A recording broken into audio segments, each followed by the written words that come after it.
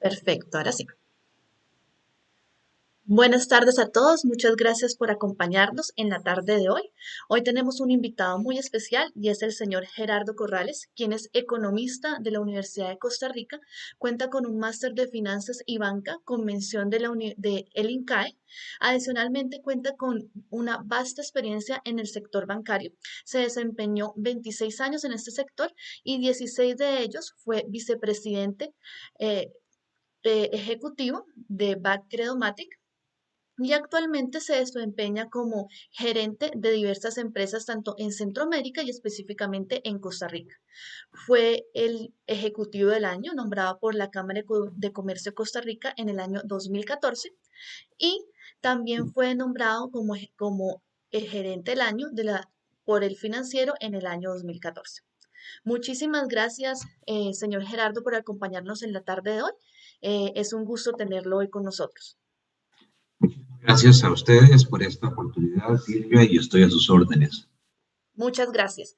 Bueno, y queremos recordarles a todos los que nos están viendo el día de hoy que pueden hacer todas sus preguntas a través de nuestro chat y con mucho gusto al finalizar la entrevista pues daremos un tiempo para resolverlas.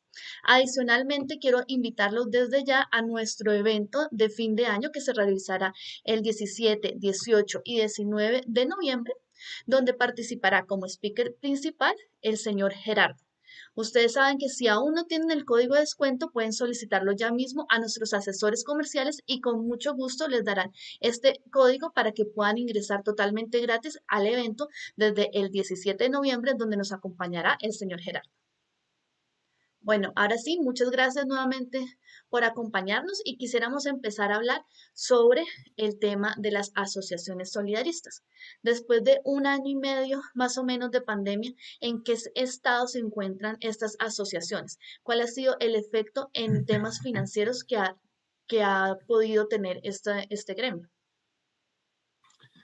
Bueno, en general, antes de la pandemia, el mundo venía creciendo a un ritmo relativamente leve, una tasa de crecimiento en el orden del 2 al 3%, y la pandemia, lamentablemente, lo que ha venido a ocasionar es una pérdida, una caída en los ingresos, en la producción, en el orden del 3,5% a nivel mundial y ha afectado de manera diversa a nuestros países centroamericanos, especialmente el país más sufrido es Panamá, con una caída que tuvo en el año 2020 de sus ingresos alrededor de un 17%, y el menos sufrido precisamente es Guatemala, con una caída apenas del 1,5%.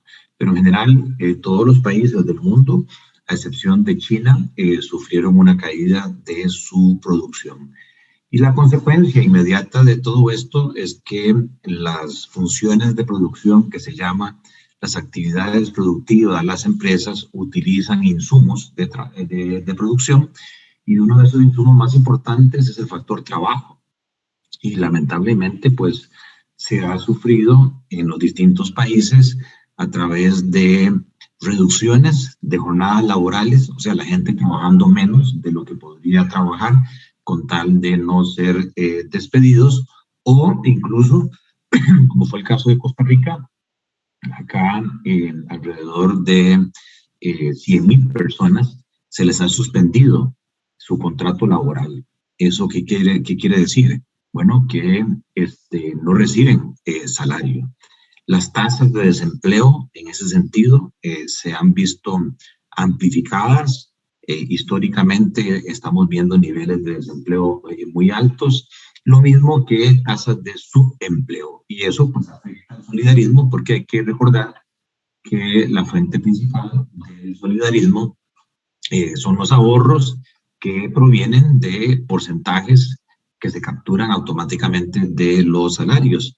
En consecuencia, entre mayor sea la tasa de desempleo, pues se reducen los patrimonios del el solidarismo o de las entidades en ese sentido comunitarias. Sin embargo, para este año 2021, el mundo está mostrando una recuperación a consecuencia de los planes de incentivos y de estímulo que se han dado, sobre todo en las economías desarrolladas, Estados Unidos, Europa, el Asia, y también por el tema muy importante que es la vacunación.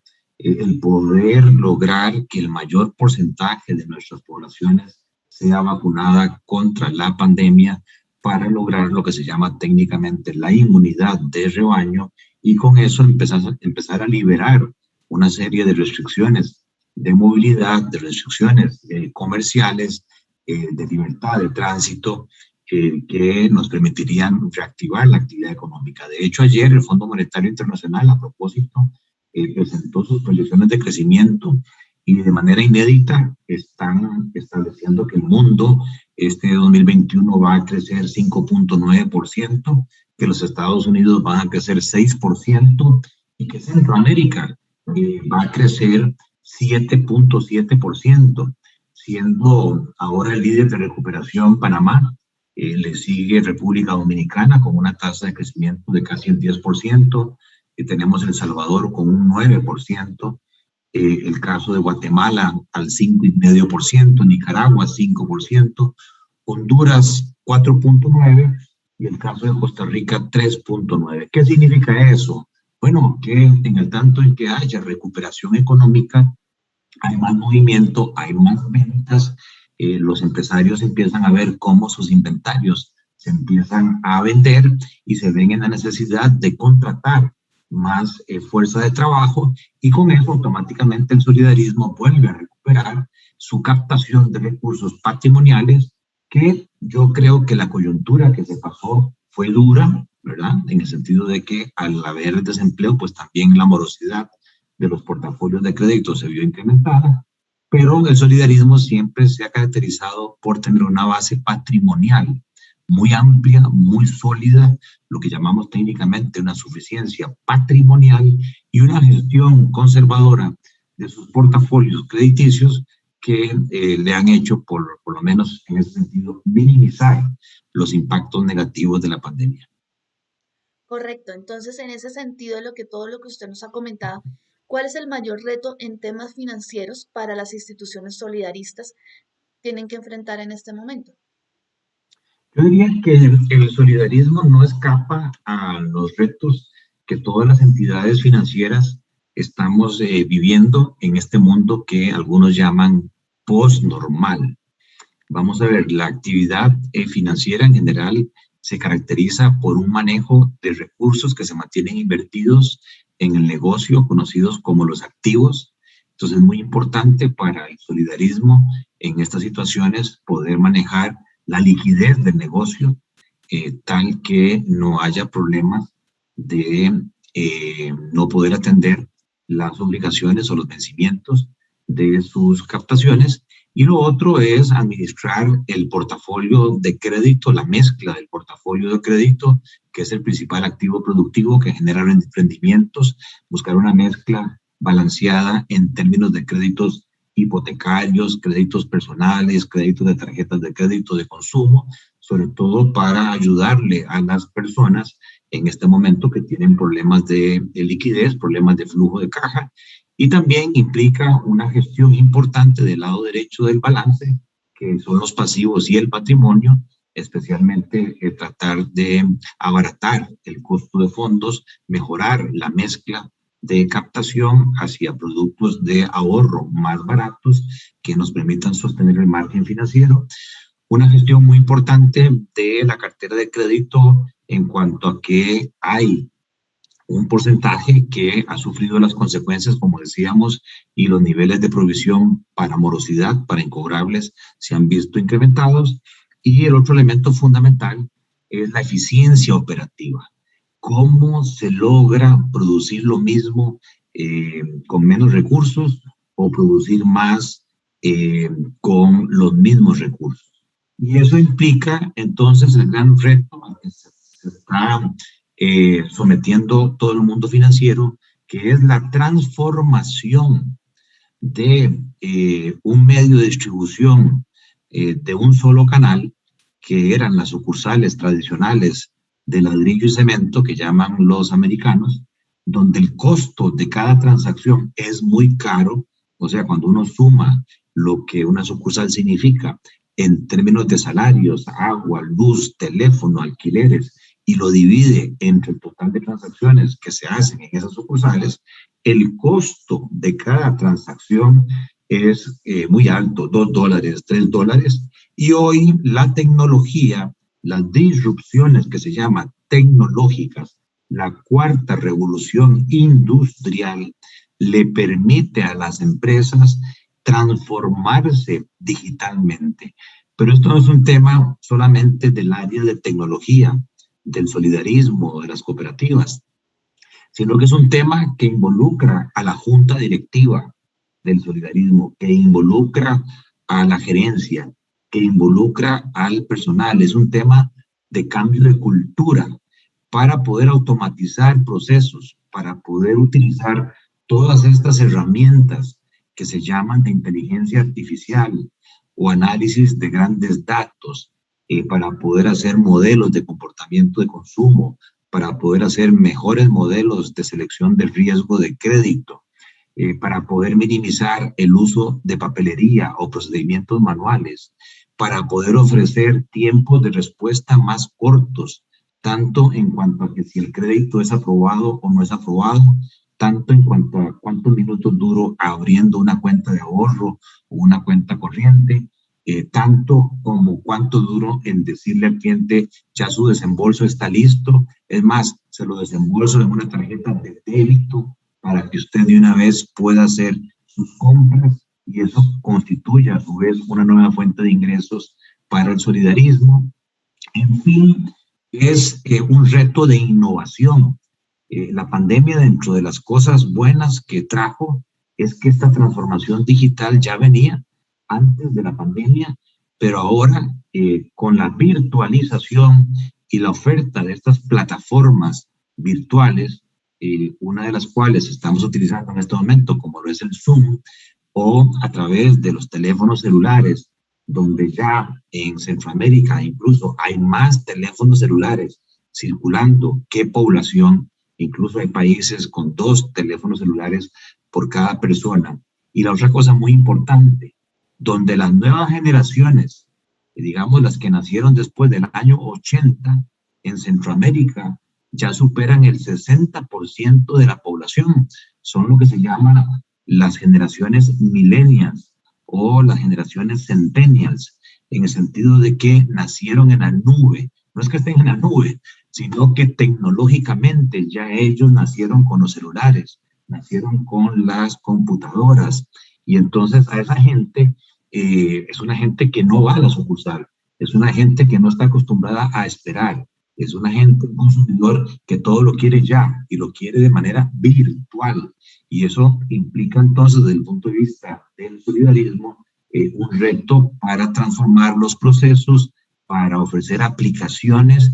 Y ahí mi consejo es buscar alianzas estratégicas con empresas llamadas fintech, que son compañías que combinan tecnología con servicios financieros para que ellos se subcontracten y desarrollen aplicaciones de uso adecuado para que el solidarismo pueda competir de tú a tú con las otras ofertas financieras que hay en nuestros países. Bueno, yo le tengo dos preguntas en una. De acuerdo a todo lo que usted nos ha dicho, pienso que el solidarismo tiene dos grandes retos. Uno, como usted lo mencionó al principio, es el tema de los subempleos. Esto ha surgido bastante en torno a la pandemia y sobre todo lo vemos con estas plataformas de pedidos que tienen un montón de personas en motocicleta, etcétera, que esa es su fuente de trabajo y no están afiliados a nada ni cuentan con ningún respaldo y son personas que tal vez anteriormente estaban en una empresa y pertenecían a una asociación solidarista. Y por el otro lado está esos mismos retos que tiene el solidarismo, como usted lo contaba, de transformarse digitalmente. Pero por tradición, el sector solidarismo siempre se ha diferenciado del sector bancario en contar con esa calidez, esa amabilidad, esa cercanía con el asociado que posiblemente en la mayoría de los casos no se va a encontrar en el sector bancario. Entonces, ¿cómo trabajar y ser propositivos en medio de nuevas situaciones, tanto laborales como de tecnología, que van a ser nuevas para la mayoría de las personas que hoy en día están en una organización solidarista? Efectivamente, de eso se trata. Precisamente yo creo que el tema de las disrupciones tecnológicas que hablábamos, ya eso es un hecho, ya eso es un dato, está ahí.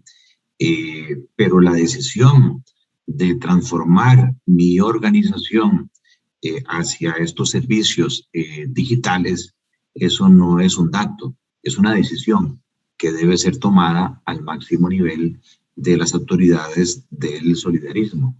Entonces, en ese sentido, creo que hay una gran oportunidad para transformar los procesos que típicamente eran procesos manuales, que típicamente eran procesos en el sitio y que obligaban al consumidor nuestro a visitar las sucursales donde se podía tener lo que se llama un encuentro face to face, digamos, de cara a cara, tratando de buscar otros elementos. Usted mencionaba uno de cómo se ha logrado innovar los servicios a domicilio, cómo la gente ha logrado subir sus ofertas de productos a las plataformas virtuales y llevarle el servicio, el producto directamente al hogar, a la casa de la persona, sin necesidad que ésta tenga de movilizarse, o incluso buscar alianzas estratégicas como lo que son corresponsales no bancarios, en el sentido de que hay ciertos comercios que aquí llamamos pulperías o pequeños, digamos, mini supers, en donde la asociación solidarista puede, con desarrollos tecnológicos, permitirle al cliente hacer sus depósitos o incluso hacer sus pagos de servicios públicos, o incluso poder tener un cajero automático para hacer sus desembolsos de préstamos personales. El poder facilitarle al cliente su existencia, de eso se trata hoy el gran reto. ¿Cómo le hago la vida más fácil dentro de todas estas complicaciones que nos ha traído la pandemia, de vivir en burbujas, de vivir distanciados, del teletrabajo? ¿Cómo le hago la vida más fácil a ese mi cliente? Y para eso pues se requiere mucha innovación, darle la posibilidad. Cualquier persona, cualquier funcionario del solidarismo, de las cooperativas, tiene la capacidad de dar ideas, a crear un ambiente en donde no se castigue la innovación, donde se proponga, mire, yo puedo sugerir que este procedimiento manual lo podríamos automatizar de esta manera, o yo podría sugerir esta idea en donde el cliente se autosirva sin necesidad de que venga acá, o hacer uso de la telefonía celular a través de una videollamada, que no es lo mismo que la presencia física, pero como usted y yo, Silvia, hoy que estamos utilizando esta plataforma virtual, usted está en Guatemala, yo estoy en Costa Rica desde mi casa, no sé si usted está desde su casa, pero nos podemos ver de frente, nos podemos sonreír, podemos conversar, usted me puede plantear sus problemas y yo le puedo solucionar. De eso se trata.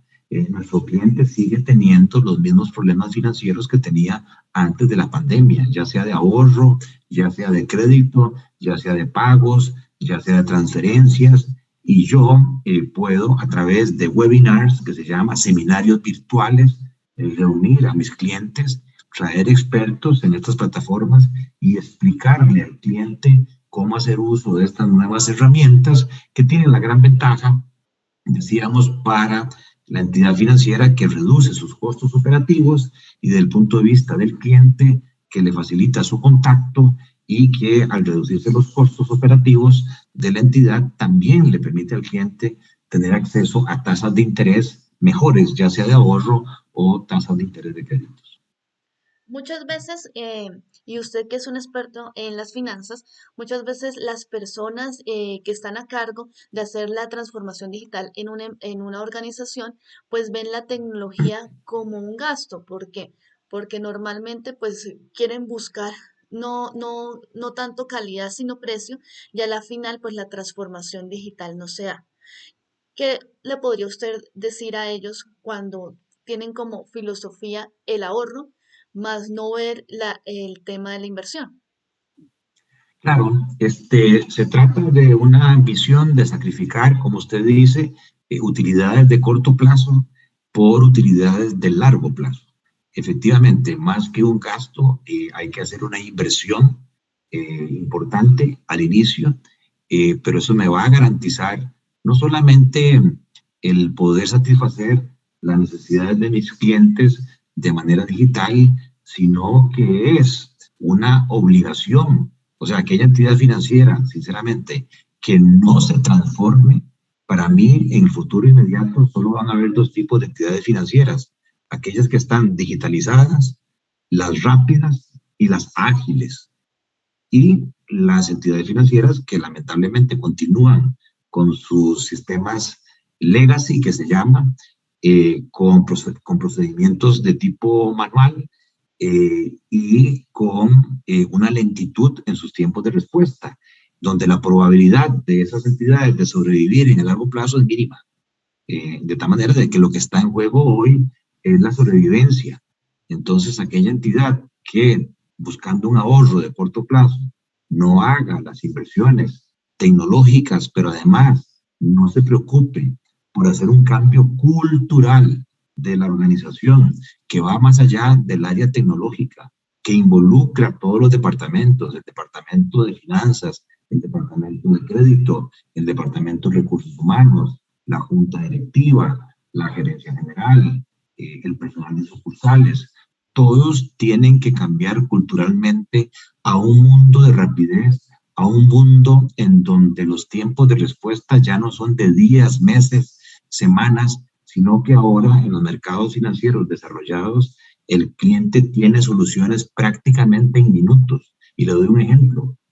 Mi esposa recientemente me decía: mira, una vez que esta cosa de la pandemia pase, ¿cómo me gustaría conocer un país como Islandia?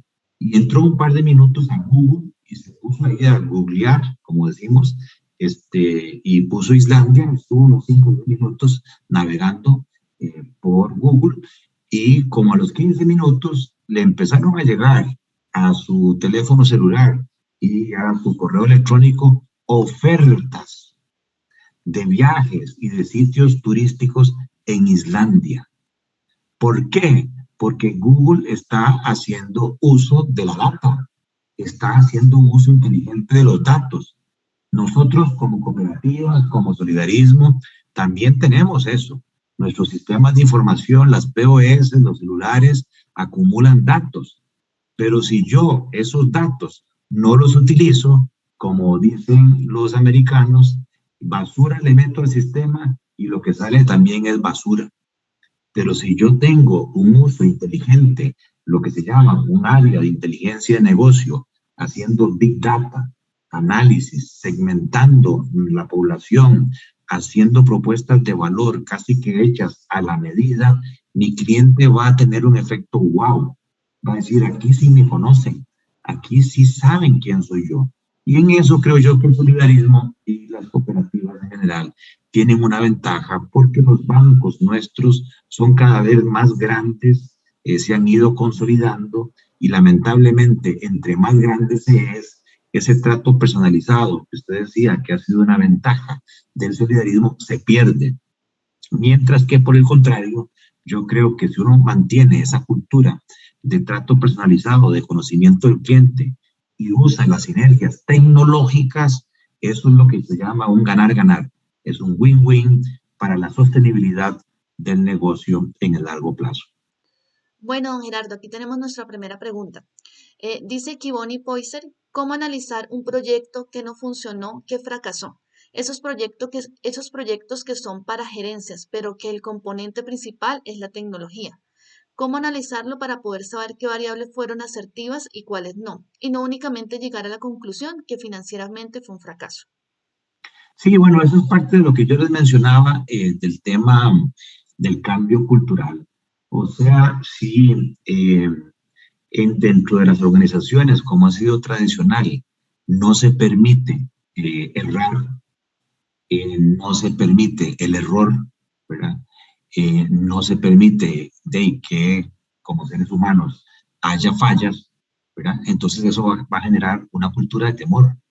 Eso lo que va a hacer es que la gente más bien se cierre.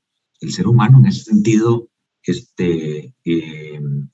tiene racionalidad. Si él siente que la alta administración castiga, ¿verdad? Todo lo que es innovación porque se falló una vez, ¿verdad? Ahí tenemos un problema. Uno de los grandes jugadores de baloncesto históricos fue Michael Jordan. Y Michael Jordan decía, bueno, de cada 1000 tiros que yo hago, ¿verdad? Logro encestar 300. Ese era su porcentaje.